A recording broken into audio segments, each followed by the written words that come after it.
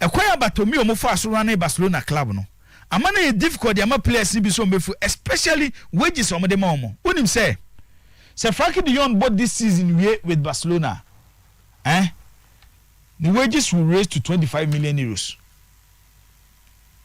The wages no. Say sika no. Ebia Manchester United can offer. But Manchester ntimi offer the Champions League football. But in Manchester pushy. Na e besre omo mudi England ball nechi no. Any the English press no. Ghana for do na mudi England ball echi no, especially my good friend Kuncha. Prince Kuncha. Se player be Real League ni mu pe ni ehwe ni position ku a obo a. Yes, hey. And the Georgie wo koto Fabinho ho. Ye the Georgie wo kwa koto Rodri ho. Ye the Georgie wo kwa koto McTominay ho. Ye ko compare Georgie wo to Declan Rice. Rose I assign players. Ubon so players mienu gina obi agina number 6. But Juma ya ka kire mo so omunye ni ye different. Yes, sir, mo say Frankie de Jong be Real Premier League ni ma. Ma obi anfa Frankie de Jong enkoye Fabinho because omunyina ebo as number 6. Ma obi anfa Frankie de Jong enkoye Declan Rice. Frankie de Jong ba Manchester United he is coming as a deep lying playmaker. Ejuma edema deep lying playmaker. Any ejuma edema defensive midfielder ensonso yedem. Ejuma yedema deep lying playmaker. Any ejuma yedema a defensive midfielder ensonso yedem. Na nyame ya adom ochina tilo because na yewo bebre kan. Ochina the godfather of deep lying playmaker. Vittorio Pozzo on the Italy G World Cup in 1934 and 1938. On the kofa asade and by na friend register. Esha se na friend Centro Mediamo Modista.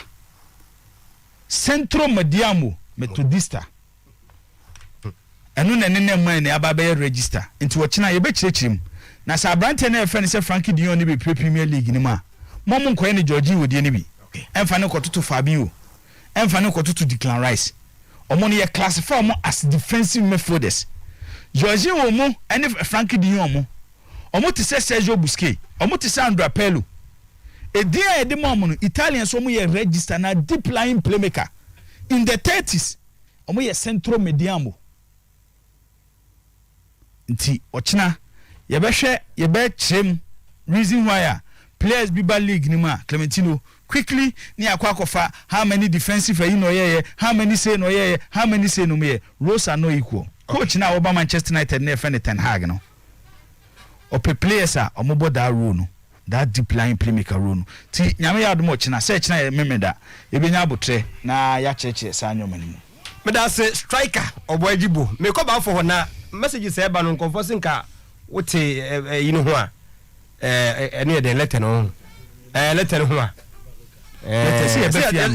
ya ba fie no me be say eya no afa ordinary na waboa ye kakra gogo for me na gogo mudio eduru wa no afa dictionary na waboa ye kakra wit bofo ni bi no ebi wo ho ye common English aye kan so tere me chana say but in church mu ni heavy in the letter oboni pa bi mudin pacho muntie ni you ti in the letter na okan W Tano 2 House of Folk say me catch say or say copy the board chairman the administration Dr. Nyahota Maklu we no buy or say dear Togo Afedi resignation letter into the oba yebetoso. Okay. Mate bafo over so what it board doing some no dey kai no contract no so o afi ba akoda ho nti so mbepa na fair enough. Sa kotokodi so aye ho adwuma but so obetima voice ni bia voice no okay dey na nka wo pay wo dey ma me fair enough okay you fair enough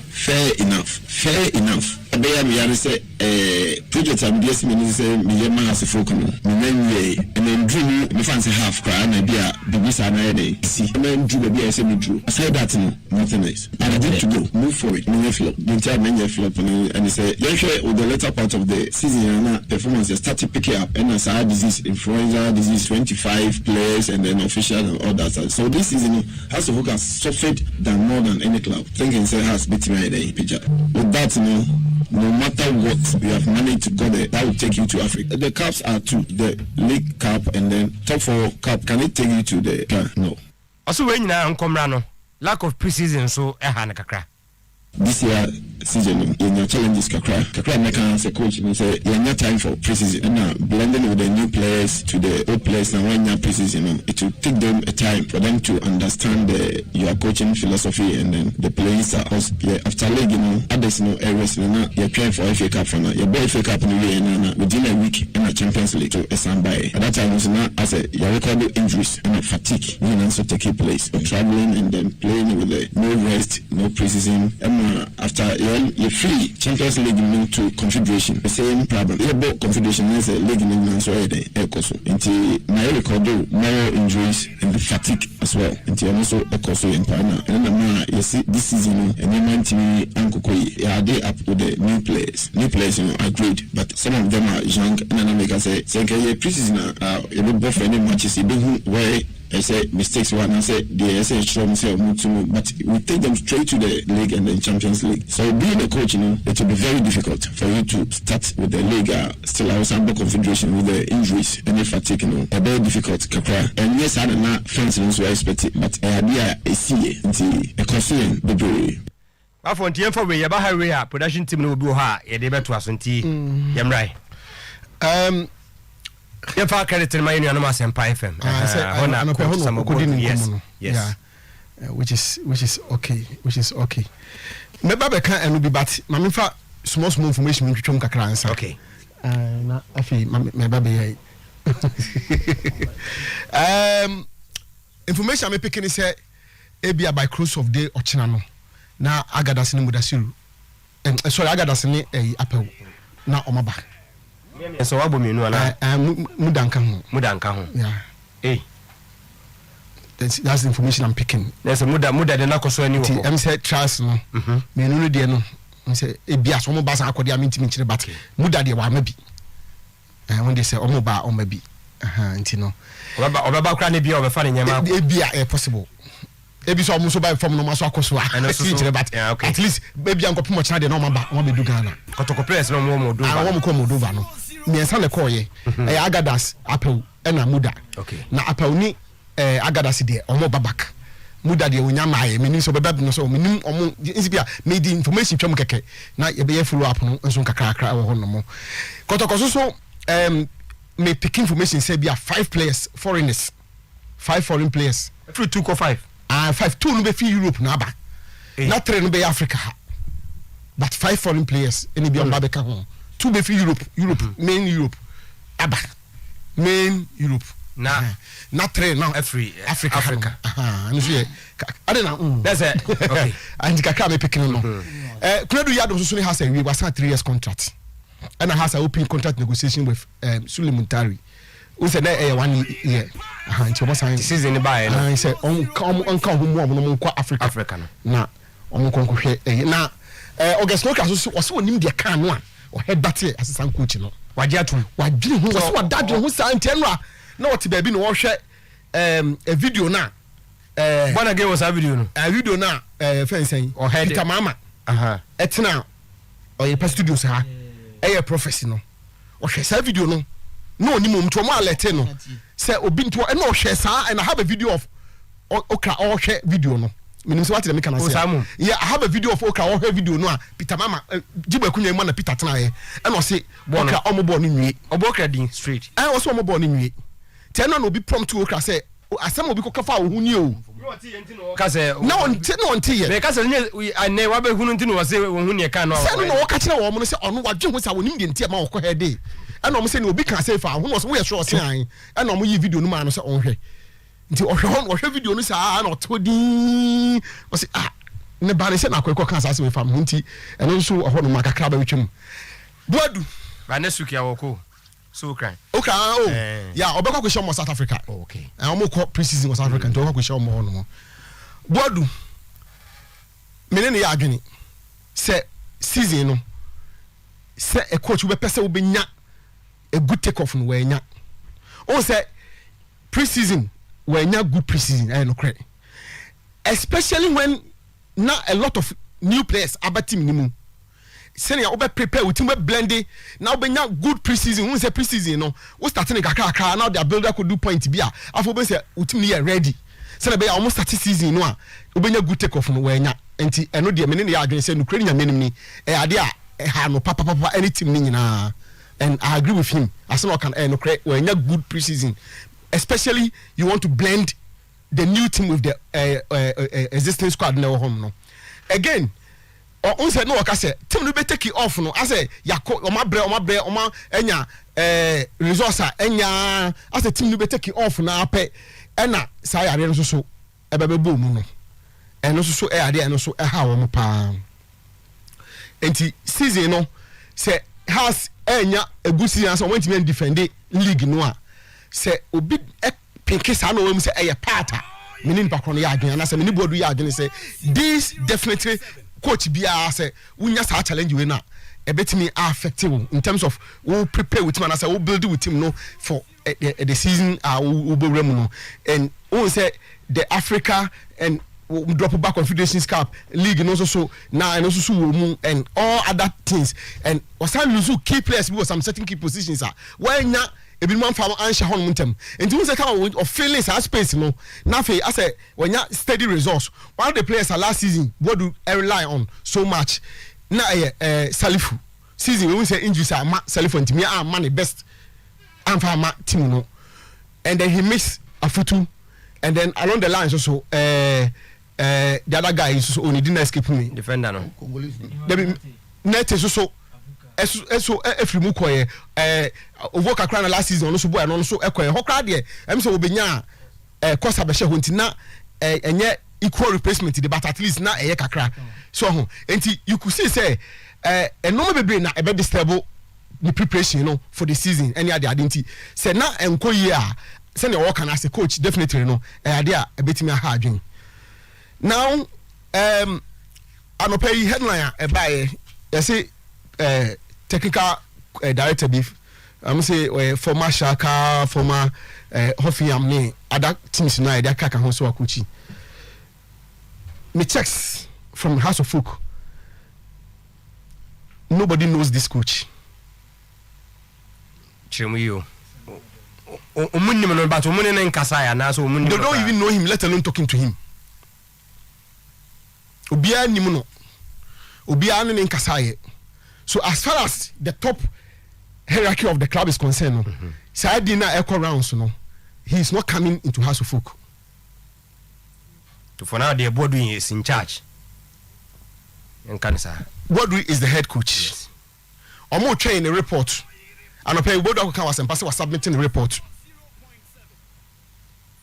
As I tell you, may not inquire, meaning San Penny be or the aqua. But at least Wakawas and Pastor was submitting a report. Who said, Omo match ni wiye Sunday Monday night team ko do Accra odu Accra pe no zoom into Pampam Tibodu has been in Pampam all week okay and I want to believe say bia for the purpose of the interview no quarantine ma e bia ofi Pampam e ba be ye ni ade enti minim say bia oba no dey report no kan ho no was submitted there for we part 1 no come right na okay no problem captain hey so I hope so many enough time they acclaim him. Oh, bro, for so wanya for dynamic. It means some that claim me charges no be the abo claim. I say bro for dynamic. Na obi abo charge there. Charge be no be the abo. No na imagine. Ah okay. I obi abo charge. We dey tiff me na we na. So simple idea as am for you mo bozo mo. Can no be that time we na ti bi o 3 minutes na. You know the ground rules. House of Folk, I perfectly agree with the coach. I think my candidate said, on your first start, season.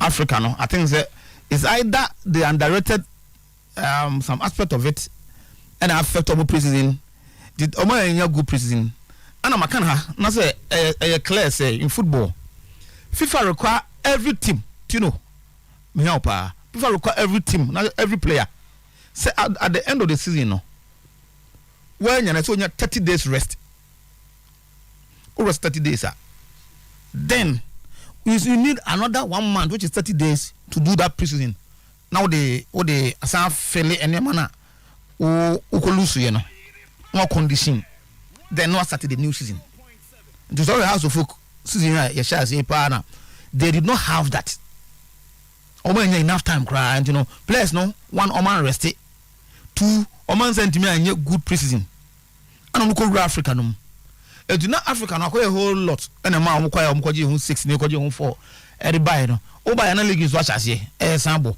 couple with injuries e do not na me pity coach Bodu but the man wey yen for den kan say the first season so am preseason no and so they mbe so no be here anya no person say anya no be here no preseason no there why preseason it doesn't matter coach or here so we here ni here what does it yen hwe me nu so wa kasa wa so team dia here preseason now dey bo no be here no so so coach but team ya wo nya nya preseason ya na the tactics and the style of play person impact with the team no me fan say me na me here preseason my condition players no very well it's all bad they can only hear preseason be what you need ne say o tactics are so because be a coach on philosophy e bia be person be enya no about 4-3-3 but 4-3 no me how tactics and 4-3 who that will be ka Antonio Conte Zakito was Antonio Conte ne 4-3 no be defensive e no tactics no but we be 4-3 offensive tactics no what is the information there we be formation no 4-3-3 in about 4-3-3 but say they be 4-3-3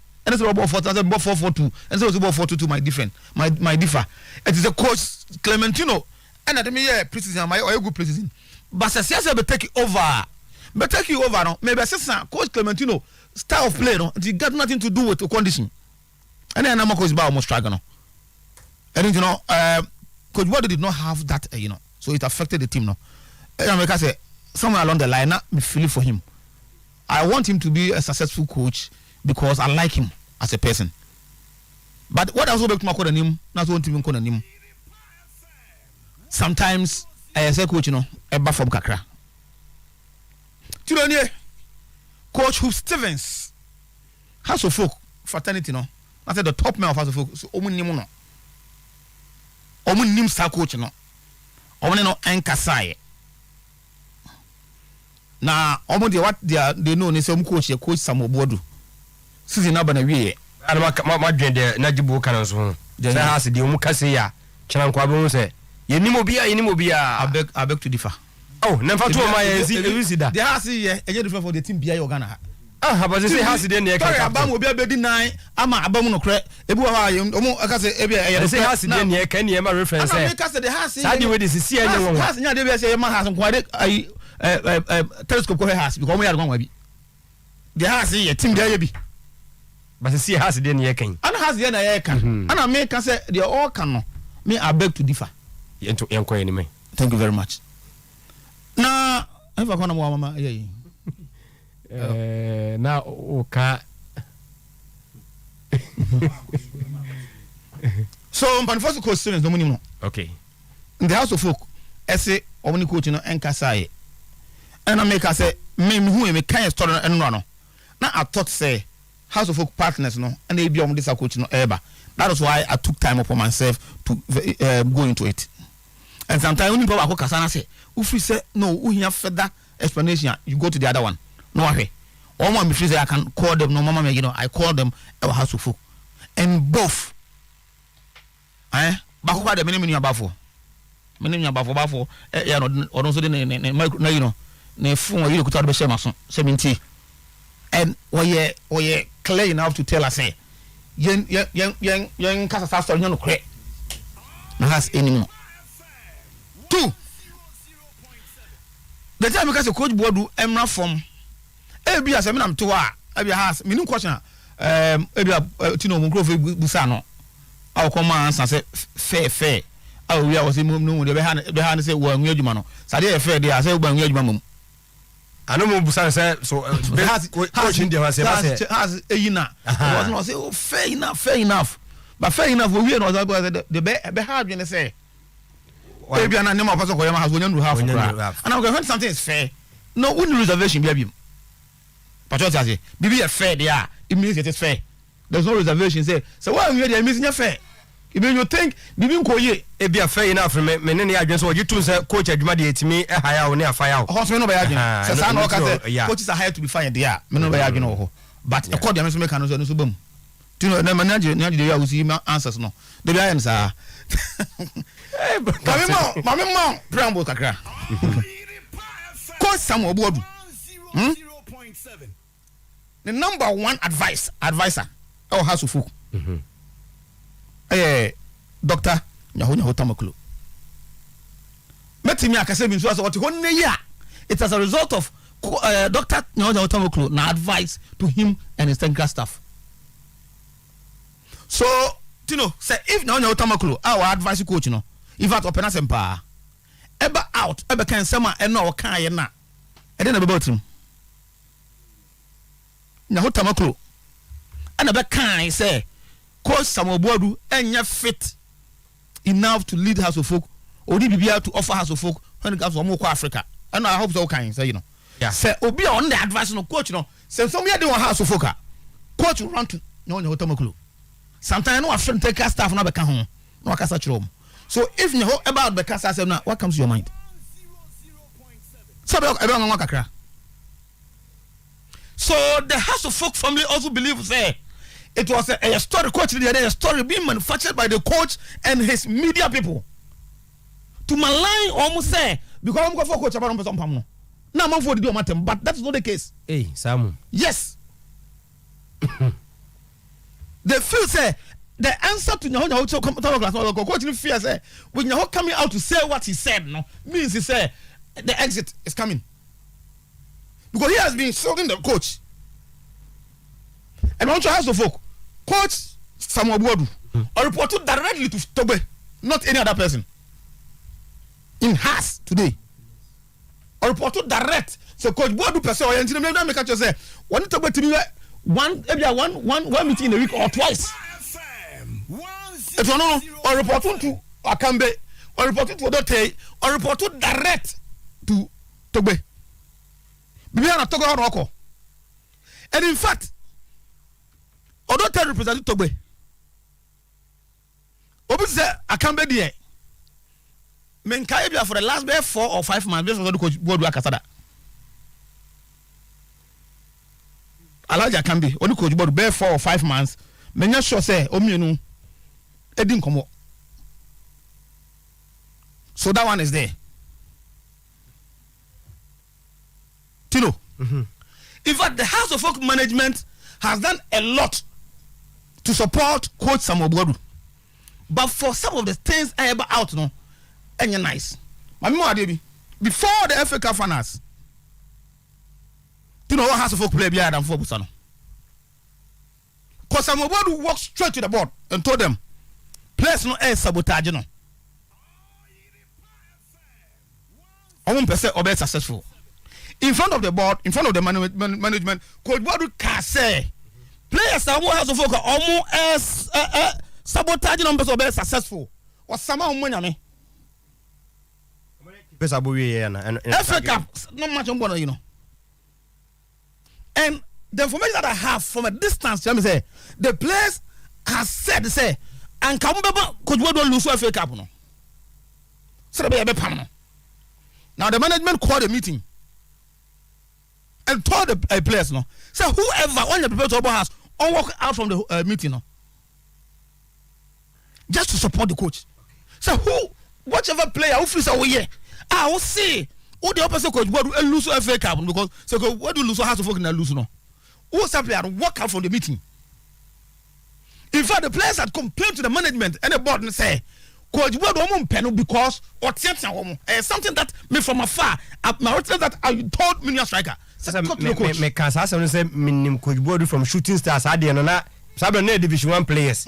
Na kwaya no fa so shout to woman na me solo kwa na me say some way has got into the board and the board players that catch them. So 2, so the coach doesn't travel with them. That bass no be. Oh no, everybody alone. Funny day. 3, coach no. One no enco dining. This thing, players has report all these things to the House Folk board. Omo how say players no. Hey, say bond. Omo free say sometimes FSO coach, omo coach. Sometimes me I get them one but say this is serious about. Every club, the coach must travel with the players. But no, another financial assistance. Hamza and Eric, I'm watching as one do free madam akoy no. Unu say Eric Amponsa. Unu say Mo Alhassan. I catch Eric Amponsa say when he speaks it smell like a shit. Eh na dia kapi kan say Mo Alhassan. Yes, Mo Alhassan. What is on no kwe? No corner, you know.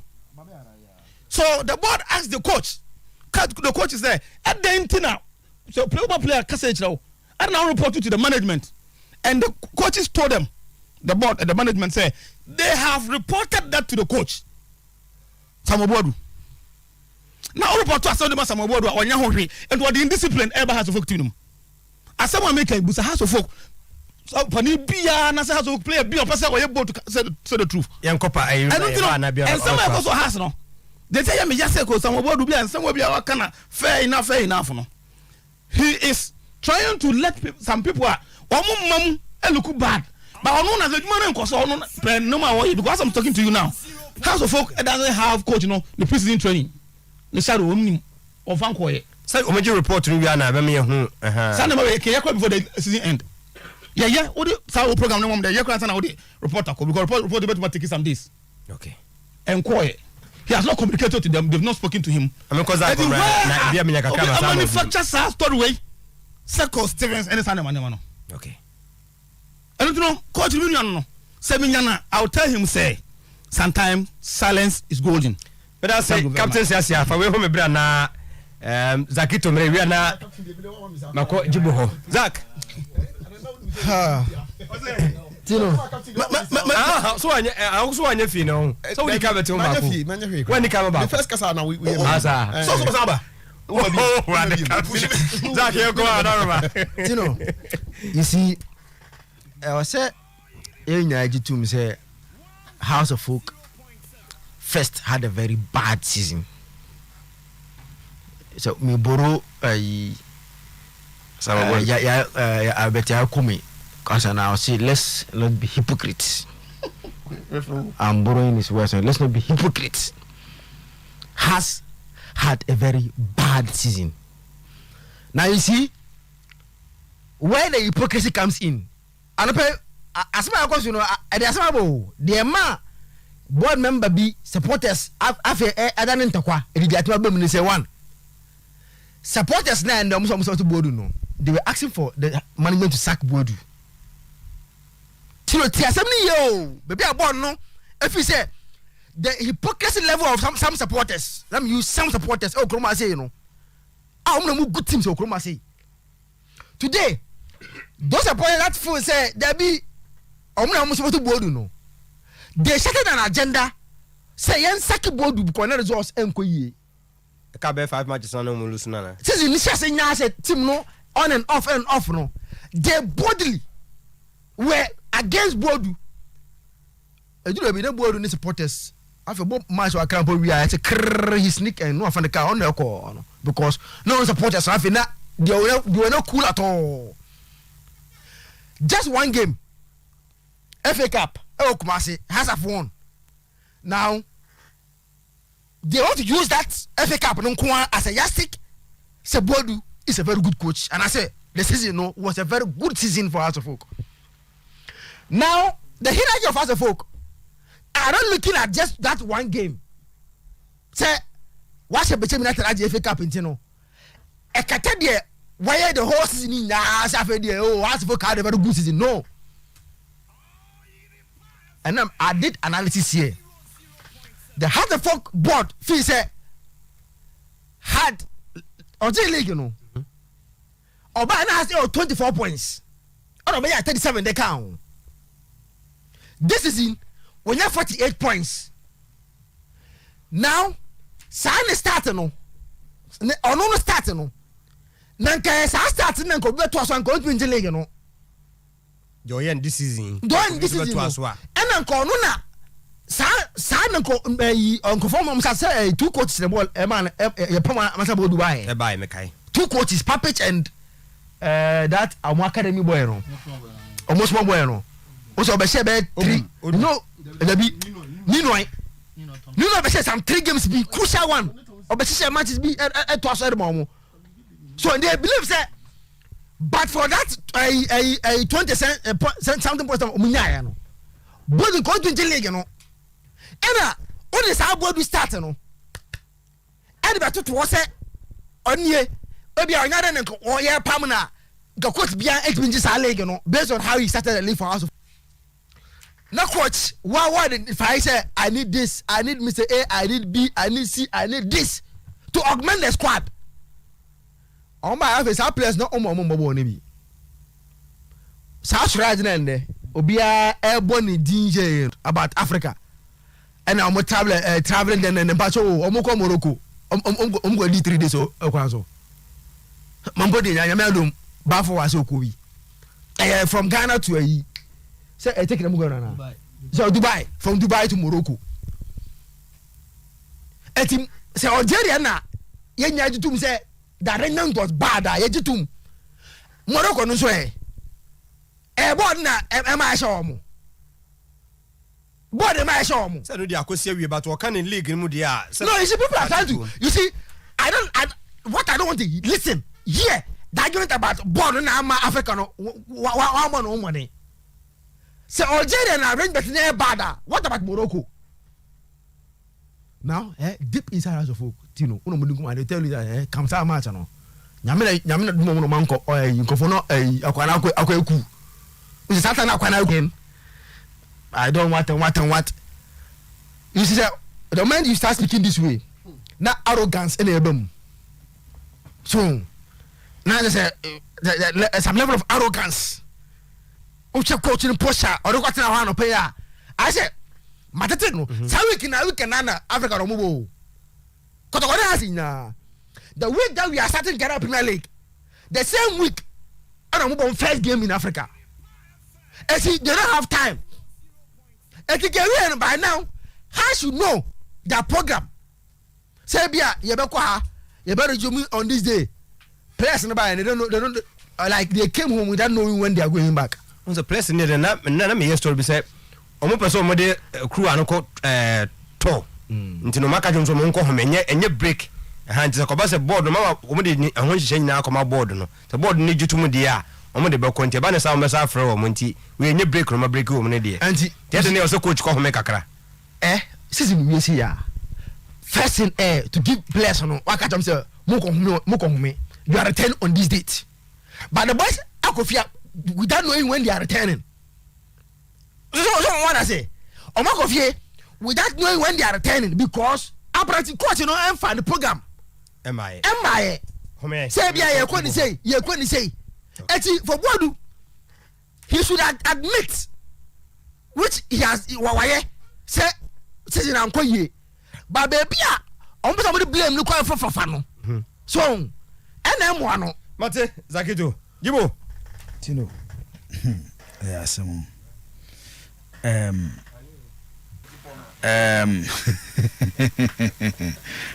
Accra, Ghana. Good. 26 June 2022. Copied the board chairman, the administration, Dr. Nyahota Maklu. Resignation letter. Yantoasu. Please accept this letter as my formal resignation from the position as team manager at Accra Folk Sporting Club, effectively from today's date, 26 June 2022. I appreciate all the opportunities for growth and development you have provided during my tenure. The reason for my resignation are based on the autocratic, undermining, intimidating, and continuous lies of Mr. Vincent Odote and Alhaji Imoru Brahma. With my deepest gratitude, I wish Accra Folk Sporting Club all the best going forward. Yours sincerely, W. Paul Tano, team manager. Na kasi am father sha because e won sem bi ho anu odin be nine bi. The reason for my resignation are based on the autocratic, ye ka obi nka bi, undermining, ye bu nipa bu mfia, intimidating, ye tietia wo fa hodie so, continuous lies ye twantro of Mr. Vincent Odute and Alhaji Imoru Brahma. We W. Tano. The letter out the command across the Sporting Club. Na mo fa born again on fa to so mine na on the screen here W. Tano. Okay. Has impenye fugu sun W. Tano kasa sen kebe yanka. Letter now the buy nka. Sana mato na djuma so. We say W. Tano the reason why House of Folk and continue with Sabankwe. The reason was simple.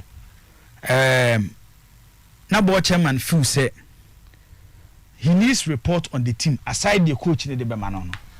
W the Oba or any BBA group paper so kama. No ascended the call. It's nyoma ekoso training ground so nyina say board no kura anywhere. Because of W reports and all the call the bia ntino. No munya kwan ehu nyoma ekoso.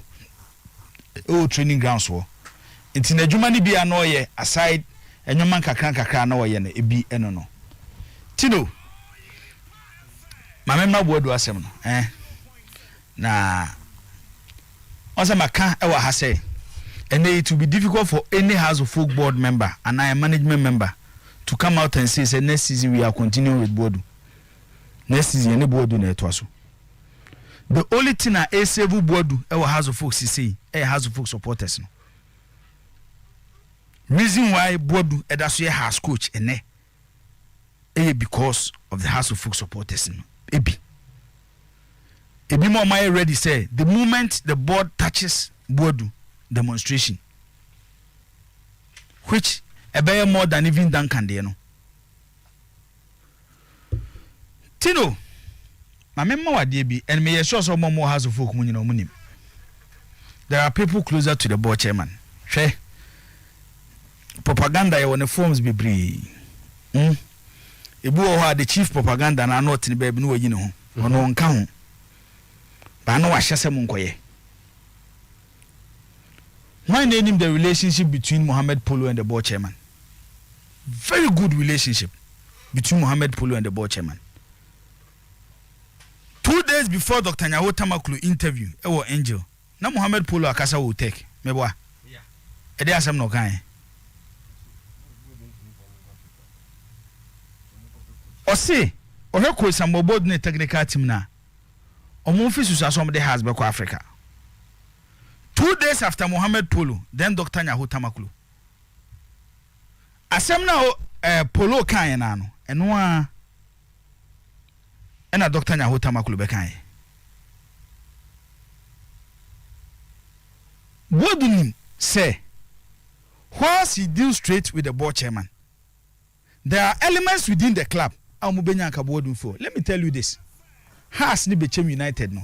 Na board members ni bimpa ebono no. Unfailing. Kotim ni lusu. Na komunyina so. Yes. And then no dey komunya board. But owie na o Jacob na supporters ni ko ye hwie gu yen so omu se kai asemo yaba. Then sadia yen ko teste nsuo ni hwade se supporters ni beje atuma. But House of Folk supporters are not accepting it. And no never na difficult. Ediama the House board to terminate the contract of Coach Bodu. Because House of Folk supporters enim pefe say under the tenure of Togwe. Senya Bodu last season this season. Say ni je no makomu no for little over 10 years omunko say ni je ni mu bi da. Omunji league, omunji FA Cup. Eni je bi ama.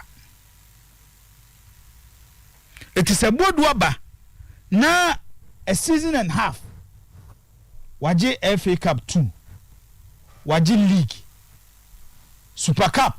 Because of GFA Cup or AG League, ni enye obi ni na amanamo, it eventually waje. It within this short space, plus the President Cup. Within this short space, na Clementino so waje 5 trophies. ye pamana ko fa wan how supporters ni bi nsem mo kan no na asem ni nyina ye kan no ne kase pe wo ne lete ya w tan no de ko ma wo board na da has of folk no e board kase nipa bibre ne wo but why wo w tan no be single nipa mienu we to mu twantro kabi ama omo kabi obi nkabi omo hye nipa so wo yeso no mo hye akire omo yeso so nkrunso no no moja so what the mentions why will he single only Odote and Elijah Akambi? These are some of the reasons I am be say House of Folk as a football club should sit down and put proper structures in place. And they make us say, Odienche, Tino, you see the new commercial manager no more far no so be resign House of Folk. Or the market. Write it down. Because of this same nipa mienu. Nipa mienu ya. That's structures and be no master so mo per manager or the CEO. For how long? For how long? Acquire House of Folk management, you know. House of Folk management, you know. Especially Elijah Akambi and Odote, a handle has Africa and the crutch said they shouldn't go closer to the team. When no more catch a player say a mom of $40, Mona Airport 14 hours because of $40. House of Folk football club, no, their biggest asset is the players. And when I make our say Secretariat na has is no. Pobima has say has bet me out on just one player back up Tinu ebe finance ni nyina and you go and tell players on na airport 14 hours no money $40. Now players never be through Ghana we are 4 days on Makobo league match. Do you expect them to win? How do you expect the players to perform? When it comes to the managerial aspect of the club, currently House of Folk is weak. So when he kase tobe ebe putu a proper structures no wa promo be run club nie and there be ameka say there be a supporters here and a togo di sikaba and a togo di sikaba and na of kopim say we as be say has a huge brand I say to me generators come on ho has a huge brand I say has it me generators come on ho but ho am na ekoye it's debia togo di nisika beba reason why House of Folk flow 2 shares ne say has oman ye has that period no oman sell the brand House of Folk to generate money it's TT brothers are no akofa nisika ba ni ayibo ntenu akofa nisika ba hariza ko no akofa nisika ba edu stage na for muntimi nyi sika ni biem no na for sika sama ye den dia ma House of Folk. And even at a point, so Karim Zito time. Now has Kanye recruitment. It's what they did was to move around Ghana. Yeah, justify to pick players. And nobody don't benya Tori Jibril. Tafo. So because that period now has Nisika the better players. Yes, about to club flow 2 shares. I'm a name. Yes, a club an individual they use to finance the club. For how long? And as hard you me akoso. Get the right people to run the club, the business aspect of the club, and generate this camera club nim. And yet DNA akoso. Ubetimi asake bodu ne. Ubeko akofo before fraba. But if you don't put proper structures in place, Clementino, nothing will change. Adewe enye news, yenya several coaches in their report. Said a W tan actually no matro. Me say I need a single House of Folk board member. Out nay, so we tell show to come out and tell us say they are going to continue with Coach Bodu next season. Urobim na no mekanche just because Bodu allow my own for so selection one so. Bodu allow Emma kwaya pesa wo fa so.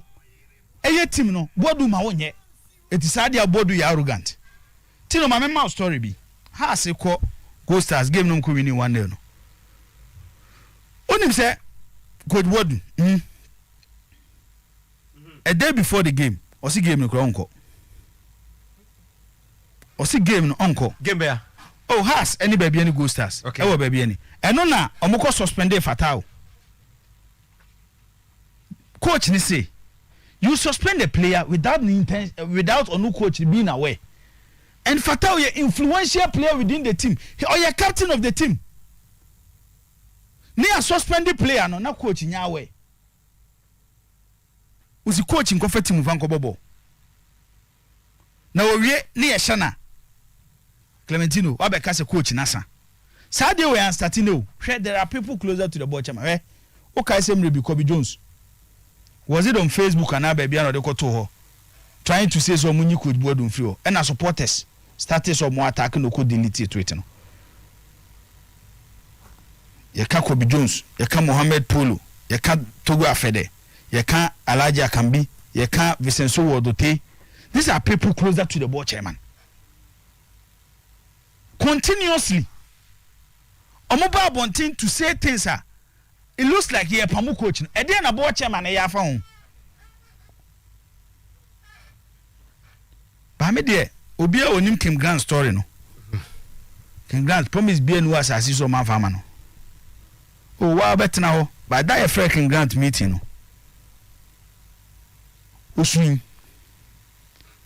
Kim Grant osuin ma because a day before ne ashenebo oh wa na wo to aso wa na wo kọ but oduru ho wie ne Kim Grant oduma no fasi he ya na mu bi meto aso me de Clementino Maka and Mesa Kabiem say me share the financial standard of our clubs any dia ya na pesi ye especially on our Africa eno na eti ha na ye ka two teams no go Champions League final no competition has bo bi last season no WAC and Elali no we Gragui oji $80,000 Piso Mosumani oji $168,000 omye no go final these are coaches as our form na wutwe sika kese a unso mo the instant impact ebebe team no ene ya yete ya kase Clementino ukofa 5,000 ukofa 6,000 ukofa 10,000 coach edna omo ba Ghana ha eventually like boduma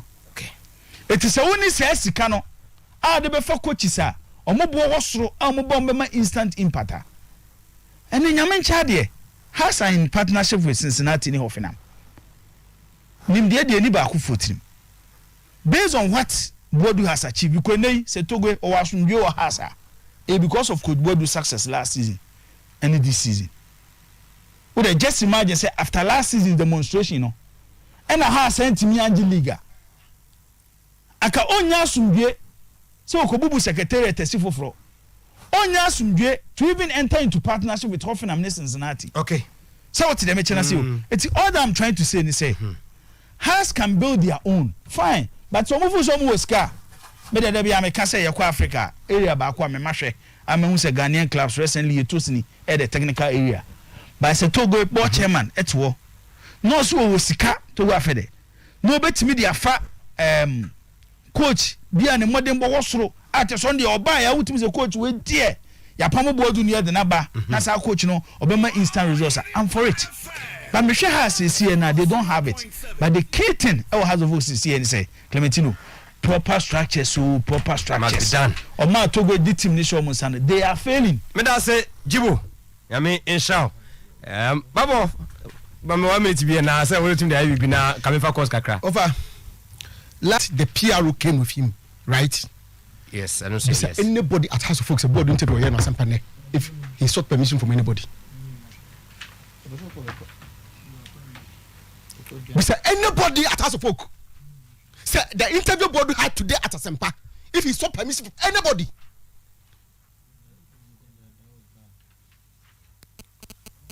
Mr. Bisa, at least we have strong production team here.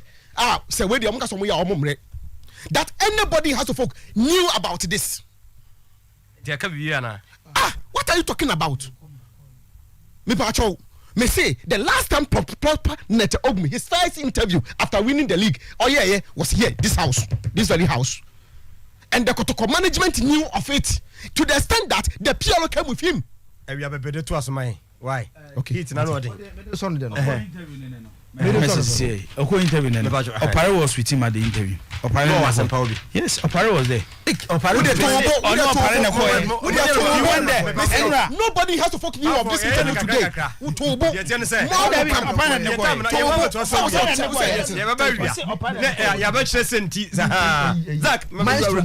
I listened to the interview. Opare wasn't there with him. If you I know who are this interview. I know they are waiting for Opare to come. Because I know who are maybe I know where you were, but we were one time. I know who went for the interview. Like, what you could do all of them. Opare wasn't there. You understand? Now I'm at us. And I must say 0322 494 401 0322 494 771. Ofran Wallowa radio station now. Why in Tamama Wallowa radio? No. Hello, good morning. Hello. I'm a more channel for you. Only I quite cross my name, catch a French. So, I'm a penny about to get a good person. Now, make chat 20 Papa, your podcast, achieving this and you got some more watching. Let's catch a about my main channel. Now, you're not going to go back to the painting now, but you set it up on the Africa never see a corner book in India. Yes, you mama little bit can be a bumping for. Tell the Africa that you are going to be just a hello, good morning. Hello. Hello. Hello. Minya.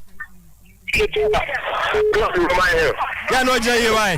I think one Roma. I didn't know how to yo. Yeah, make can say one more can be.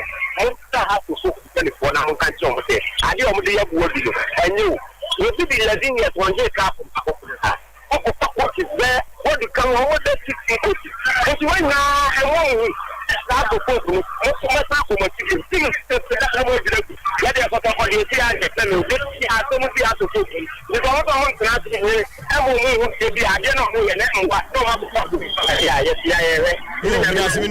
Hello, good morning.